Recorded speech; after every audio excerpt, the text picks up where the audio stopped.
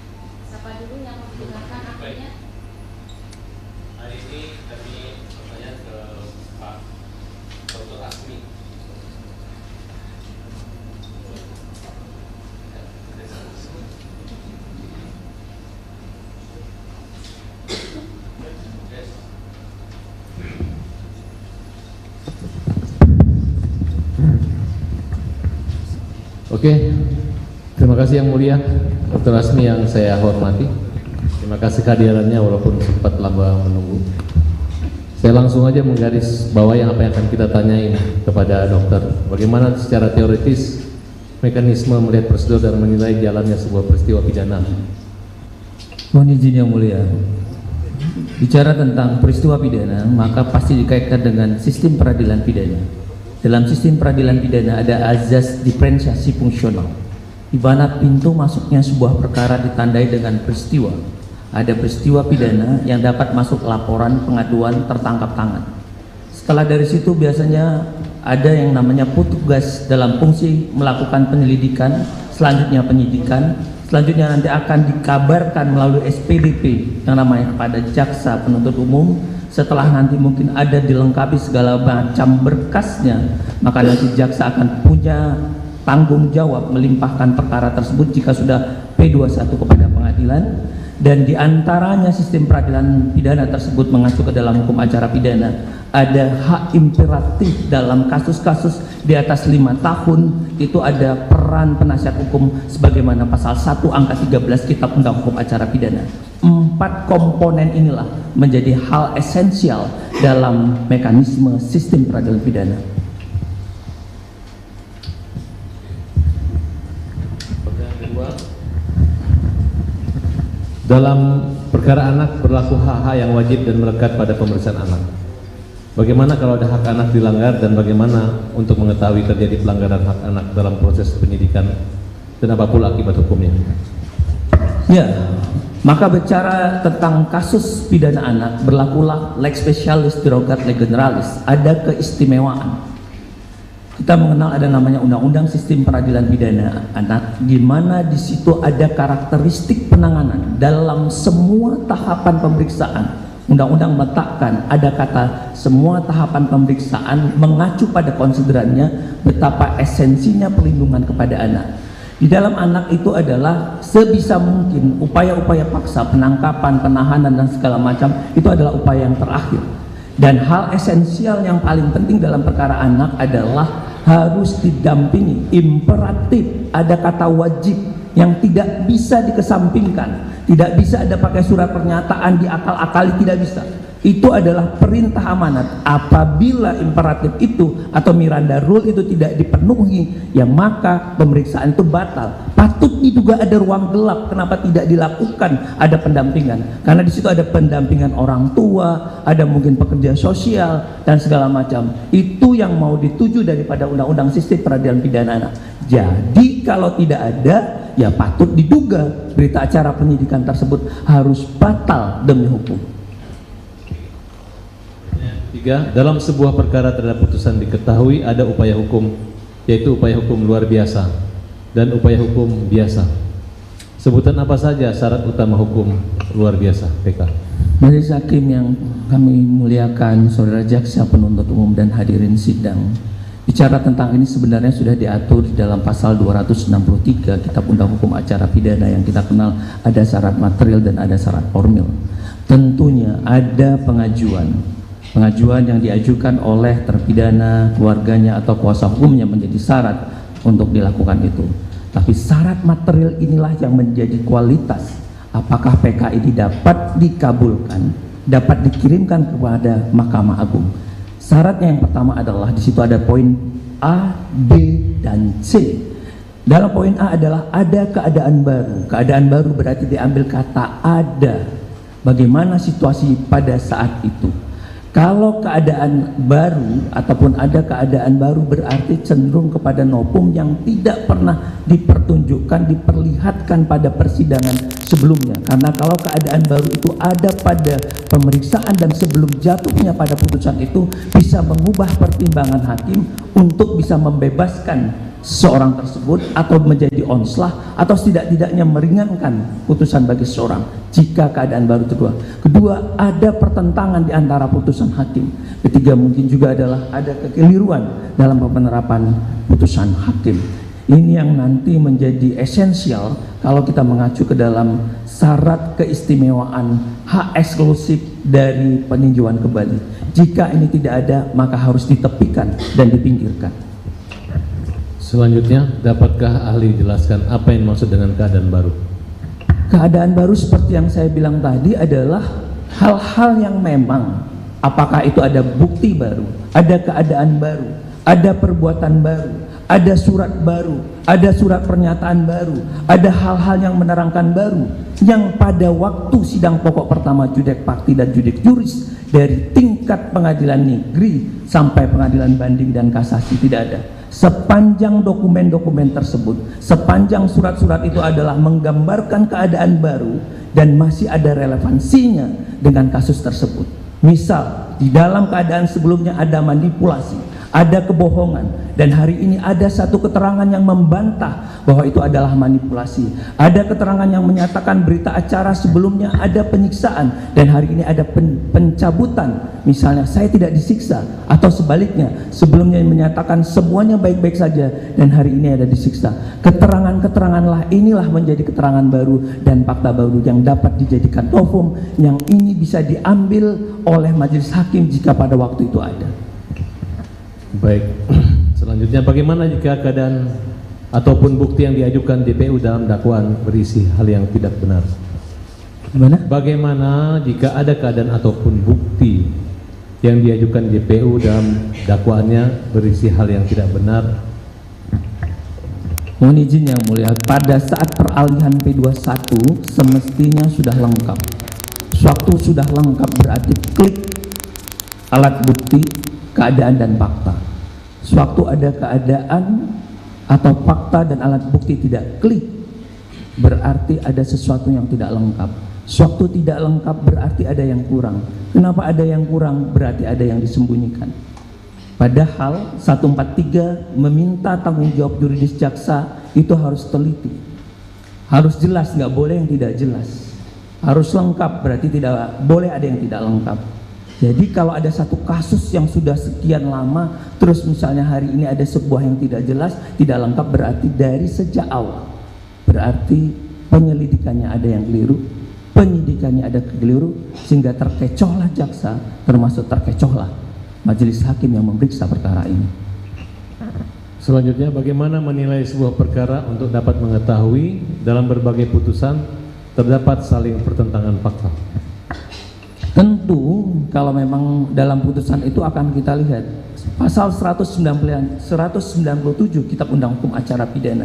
Di situ dijelaskan ada kewajiban hakim untuk memenuhi tentang putusan dari poin A sampai poin huruf C, mungkin K dan L ya kalau saya tidak salah.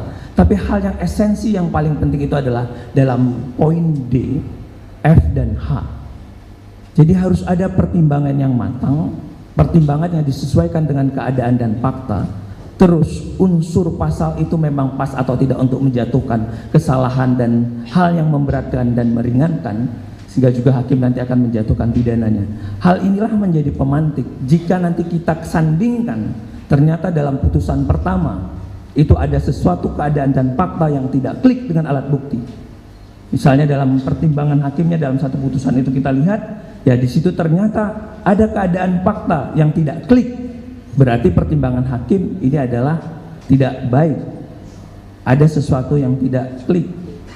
Terus ini yang menjadi catatan karena 197 ayat 2-nya menyatakan begini, jika tidak terpenuhi pertimbangan hukum itu, tidak kliklah poin D, F dan H, karena memang kita di Fakultas Hukum kan di FH, saya selalu mengingatnya begitu, maka di luar huruf-huruf yang lain, tapi saya lebih suka di poin D, F dan H karena itu adalah jantung dalam sebuah putusan, maka putusan itu adalah batal demi hukum.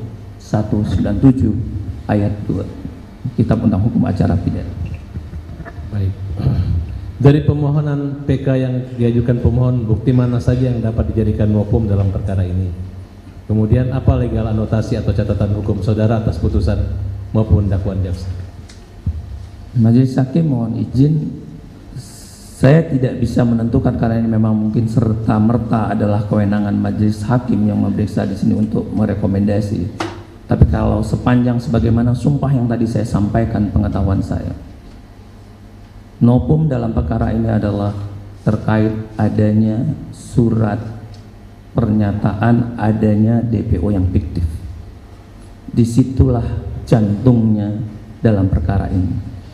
Karena sejak awal nama-nama tersebut sudah muncul. Dalam surat dakwaan ada Dani, ada Andi dan lain sebagainya, mungkin saudara-saudara dan kita semua di sini bisa melihat dalam berkas perkara. Dengan pencabutan DPO tersebut mencabutlah, karena dia adalah intelektual dader yang dapat menarik pelaku-pelaku yang lain.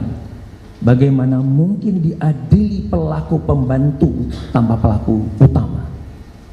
Tidak ada, ini adalah akal-akalan, pasti ada sesuatu ruang gelap gitu kalau itu diadili.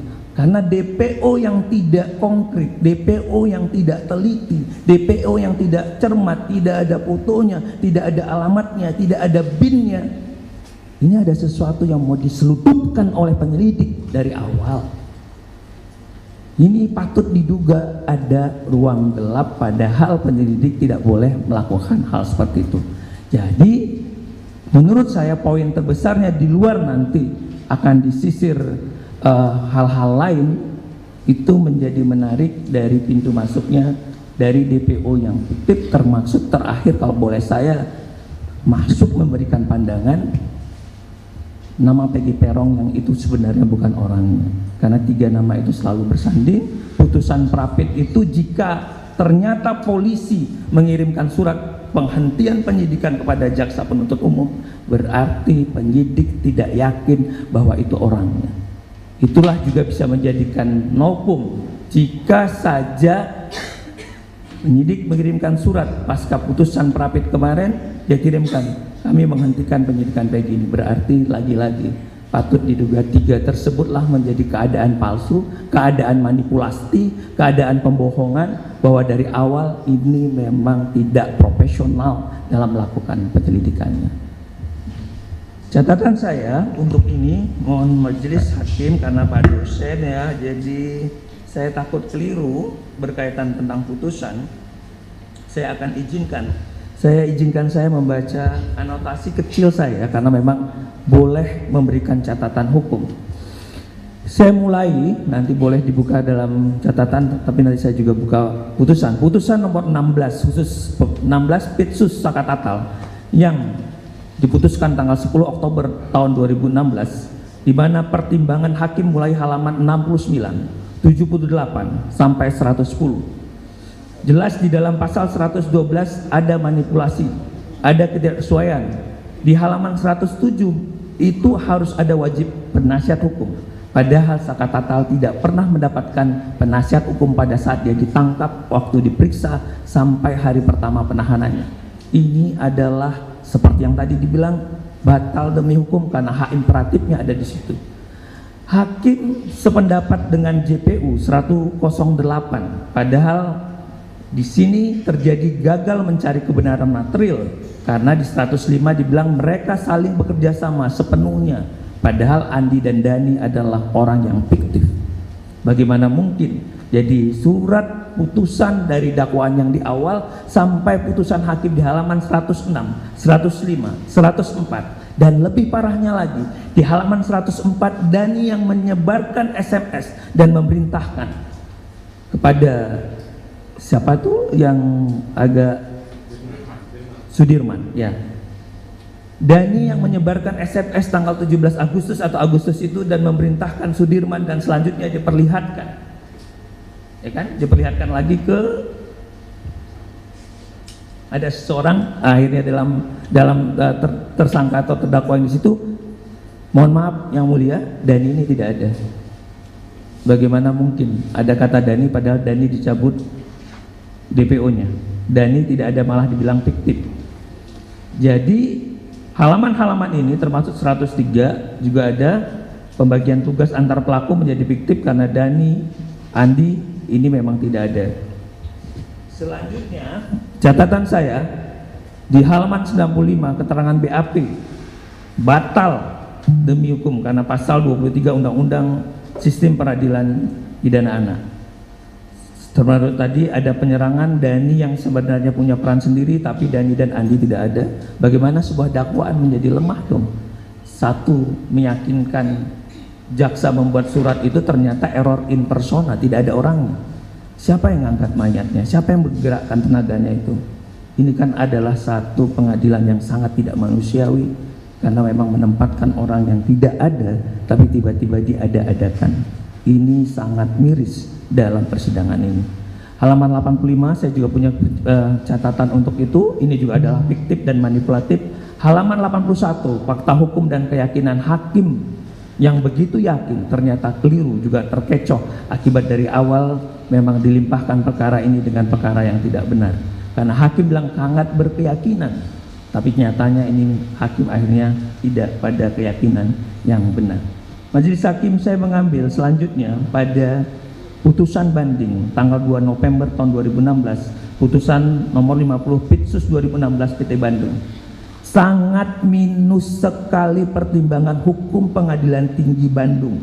10 baris dari halaman 34 sampai 35. Hakim banding tidak pernah membuat pertimbangan hukum karena hakim banding hanya mengambil alih menjadi pertimbangan PT, padahal pertimbangan hukum di PN itu diketahui keadaan dan faktanya banyak yang dimanipulatif, banyak orang yang tidak benar, bukti-bukti yang tidak benar, fakta-fakta yang tidak bersesuaian. Dan sudah bisa lihat bagaimana mungkin nanti akan saya letakkan juga. Selanjutnya mau saya sampaikan putusan MA 2607 Kapit 2016 tertanggal 1 Agustus 2017. Ini juga sama. Pertimbangan hukumnya hanya pada halaman 40 sampai 42. Sangat bertentangan antara fakta dan pertimbangan hukum. Malah Mahkamah Agung berdasarkan memori kasasi jaksa itu diambil antara fakta dan pertimbangan tidak klik. Contohnya adalah di sini ada nama Dhani, tapi di situ di dalam kasasi dibikin namanya Doni. Yang kedua adalah ada pertentangan, tiba-tiba muncul samurai, muncul di pisau. Tidak ada satu kata pun menyatakan ada tusukan di perut, tapi tiba-tiba muncul di putusan kasasi halaman 40-42. Tidak ada jaksa dapat dari mana ini. Visum et repertum yang dilakukan tanggal 27 Agustus 2016 termasuk visum kedua tanggal 17 Oktober 2016 tidak ada. Siapa ini? Ini kita sekolah hukum apa sekolah perdukunan? Kok dari mana ini asalnya? Jadi penyimpangan-penyimpangan inilah yang saya sebut tadi menjadi pertentangan hukum antar putusan ini ketemu. Sepanjang catatan saya yang mulia itu kira-kira termaksud saya menyandingkan karena ini ada speeching dalam putusan nomor 3 tahun 2017 dan putusan nomor 4 tahun 2017. Why di speeching di luar kasus Sakatatal? Speeching adalah karena kesulitan pada umumnya, walaupun ini adalah kewenangan jaksa karena karakteristik perbuatan pidana itu bisa berbeda-beda, tapi bisa jadi speeching itu untuk mengikat antar satu saksi dengan saksi yang lain. karena minimnya alat bukti atau telah terjadi penyimpangan penyidikan di awal. Karena kalau ada sesuatu yang terang, ya tidak perlu ada penyimpangan di splitsing seperti ini. Sulitnya saksi-saksi, sulitnya alat bukti yang lain, sehingga kasus ini di splitsing, sehingga keterangan mereka sajalah yang menjadi, dan ini terbukti bahwa semuanya BAP mengacunya. BAP, sehingga semua tersangka dalam kasus ini atau terdakwa semua dianggap berbelit-belit, padahal mereka menyampaikan yang sebenar-benarnya karena mereka diadu antar para tersangka dan para terdakwa. Ini lagi-lagi sangat miris putusan-putusan begini. Putusan nomor 3 2017 ini juga bahkan kita bisa ketahui tidak ada perbuatan pidananya. Semua saksi hari ini mencabut bahwa mereka tidur di rumah RT, tapi tiba-tiba itu diklaim di tanggal tersebut ada perbuatan pidana. Lagi-lagi sangat tidak manusiawi orang yang meletakkan ini. Termasuk Dani menyebarkan SMS, SMS-nya tidak pernah dilihatkan dari handphone siapa, dan ini juga tertuang dalam putusan di halaman 160 ya, nanti mungkin saya kasih dengan majelis hakim. Termasuk di putusan nomor 4 ini nampak dari awal mendiknya tidak sesuai. Terus di putusan nomor 4 juga LP-nya ada berapa, kok tidak ada pertanggungjawaban. Dan halaman 110 dalam putusan 4 ada pertentangan fakta. Andi dan Dani lagi-lagi fiktif. Jadi kalau kita ambil dari putusan Saka masuk putusan nomor 3, masuk putusan nomor 4, semuanya terjadi pertentangan. Yang mulia, artinya saya ingin menyampaikan, dalam kasus ini tidak ada yang bisa disalahkan. Yang mulia, bisa hilap namanya manusia, jaksa juga bisa hilap. Salah adalah manusiawi, tapi mempertahankan kesalahan adalah keliru. Sehingga motivasi seseorang sangat mempengaruhi perbuatannya. Inti perbuatan seorang tersebut ada pada orang yang dengan sengaja mendesain perkara ini agar tidak menjadi manusiawi. Terima kasih yang mulia. Assalamualaikum warahmatullahi wabarakatuh. Cukup. Baik, terima kasih yang mulia atas kesempatan yang telah diberikan kepada kami. Izin ahli. Oh baik, ya. Terima kasih ahli yang begitu kami hormati dengan keterangannya yang sangat baik sekali. Izinkan saya berkenal dengan ahli. Untuk dijelaskan ahli ini berasal dari mana, seorang dosen atau ilmu ke... Baik, terima kasih.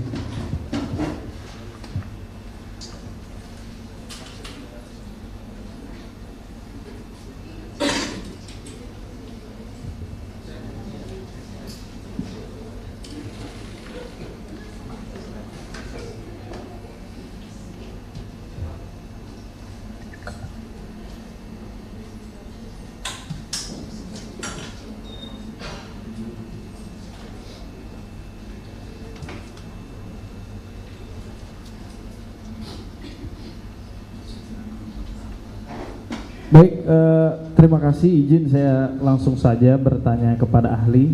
Untuk saudara jelaskan yang pertama ahli, berkaitan dengan keterangan saudara tadi, karena ahli pidana akan saya tanyakan terlebih dahulu terkait pembuktian yang dipakai di Indonesia ini. Indonesia ini berdasarkan ilmu dari saudara ahli itu menggunakan pembuktian yang seperti apa, Pak? Mohon izin yang mulia,